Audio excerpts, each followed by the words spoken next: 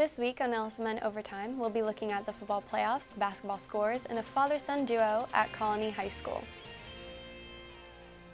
Thanks for tuning in to the fall season finale of LSMN Overtime. I'm Tori Stevens. Let's get right into some football. Friday night was the bi-district playoff round. 9-1 Louisville hosted McKinney-Boyd. Boyd came in with an 8-2 record. The Farmers started off strong with a quick rushing touchdown from Damian Martinez. But the Broncos answered back quickly, scoring a touchdown on a long pass to Peyton Shaw. The Farmers regained the lead later in the first quarter on a rushing touchdown from Armani Winfield.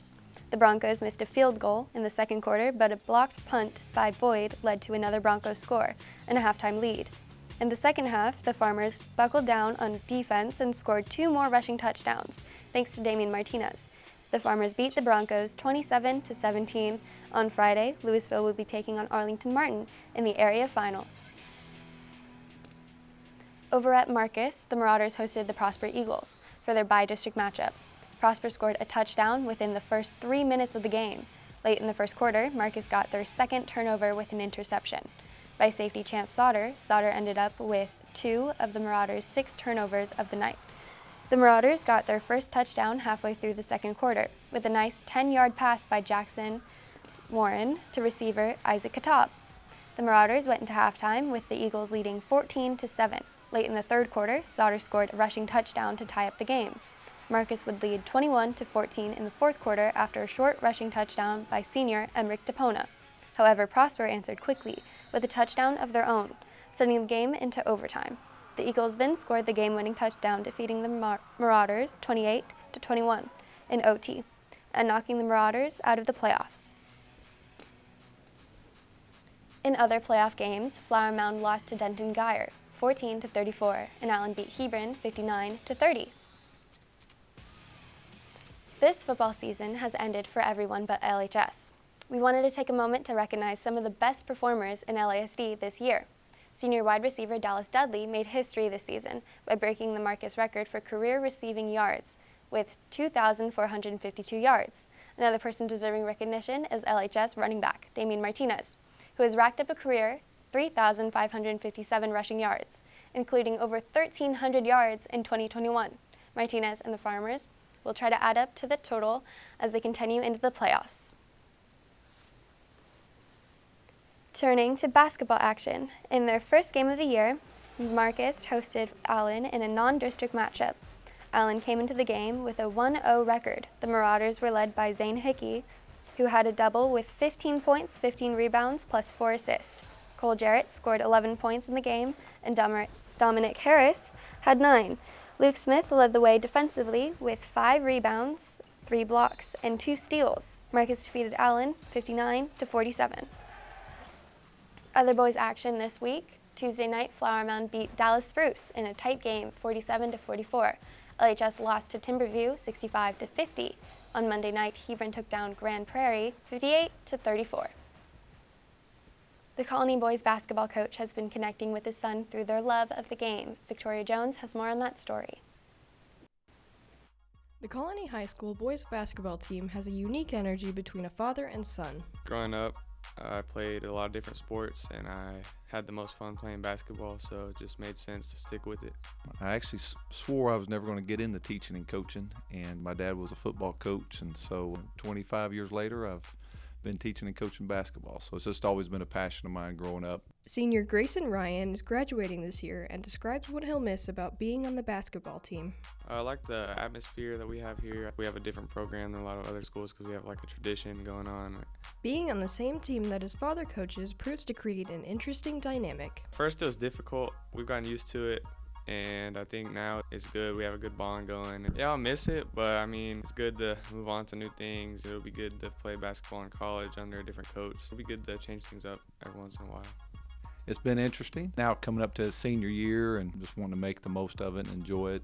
It's been fun watching him grow up as this 4-year-old, 5-year-old playing basketball, running around our gym, and to now getting to play in it, and him getting to watch a lot of the players over the years, and for him now to get to play on the same court that those guys got to. It's a lot of fun. Getting to be around him every day, whether it's rides to school, rides home, practices, all the little things that I don't want to take anything for granted, just trying to enjoy every moment of it. The Ryans have learned that every moment matters when it comes to family.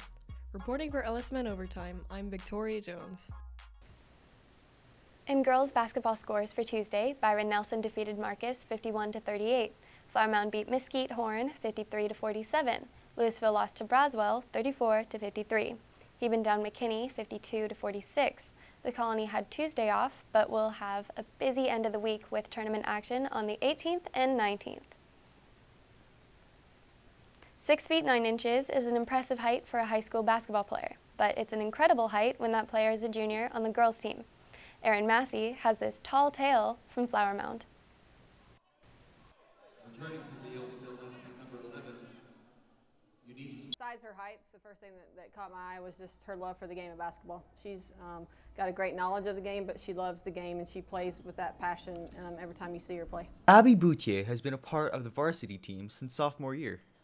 She's very sweet, on and off the floor, but she can have a mean streak to her on the floor too when she gets going. But she just loves being a part of a group. She loves being a part of a team, and she's going to put the team first no matter what. Abby's been like a really good teammate. She's always encouraging, and she's always like really humble. She doesn't like think that she's the best out there, so she's always putting in her hardest effort. She's so nice and like sweet, and like it's like intimidating. Like when I first met her, I was like intimidated, but like after getting to know her, it's like she's awesome. Being 6'9" it's pretty cool. It's got a lot of like advantages. Like obviously I can reach a lot higher than a lot of other people. But it also comes with a lot of like just kind of regular stuff, just not really different than anything else. Just our team bonding has been a lot of fun. Even we've only started like 1 week, we've already come together so much since off season. Abby's efforts haven't been ignored though, as she's already committed to the University of Texas. I mean, some days I have my days like, dang, I wish it was like easy to get down low or whatever, but I mean it's not been bad. For LSMN Overtime, I'm Erin Massey. This episode on Coach's Corner, Brody Lewis sits down with Karen Keeney, the head volleyball coach at Hebron. Now by Hebron head volleyball coach Karen Keeney. Coach Keeney, thank you for joining me. Thank you for having me. You are possibly in the toughest volleyball district this year with multiple teams ranked in the top 10. Do you feel like you performed better than expected considering how you made it further in the playoffs than those teams? I think our playoff run was better than I expected, but our district run was pretty dismal in that we had to fight for that 4th place spot really hard at the end. Mm-hmm. And now with the season over, you're losing a good amount of seniors. Do you have any idea of the kind of players taking over for them? Our biggest hole is going to be our setting position. That's going to be the position we're going to be needing the most. I do have some freshmen, sophomores, a couple juniors that are going to have to step into those hitting roles, but it's that setting position that's going to be what we're going to be working really hard at over the off season. Mm-hmm. And finally, what are your goals for next season? For us, it's going to be getting experience. We'll probably be more on the youth side next year with a lot of starting sophomores. And, we'll have a much smaller senior group next year. So it's going to be interesting, but it'll be more of a learning experience for us next year. All right, well, that's all the time we have this time. Thanks again for joining me, Coach, and have a great off season. Thanks. Appreciate you. This week's Spotlight goes out to the Flower Mound Lady Jaguars basketball team. They won the Northside ISD tournament this past weekend, destroying their opponents throughout the tournament. The Jags outscored everyone by 117 points in 4 games, winning 2 games by 40-plus points. They also showed a dominant defense, giving up only 44 points in the first 2 games of the tournament. In addition, 3 Flower Mound players were identified in the all-tournament team. With 2 preseason wins going into the weekend, Flower Mound is 6-0 in the new season. This is a very impressive start for the Jaguars, and it will be exciting to see how the rest of the season goes for them. For LSMN Overtime, I'm Brendan Selke. That's all the sports news for this episode, concluding this fall season of LSMN Overtime. Join us in the spring for more information on what's happening with sports around the district. I'm Tori Stevens, and thanks for watching LSMN Overtime.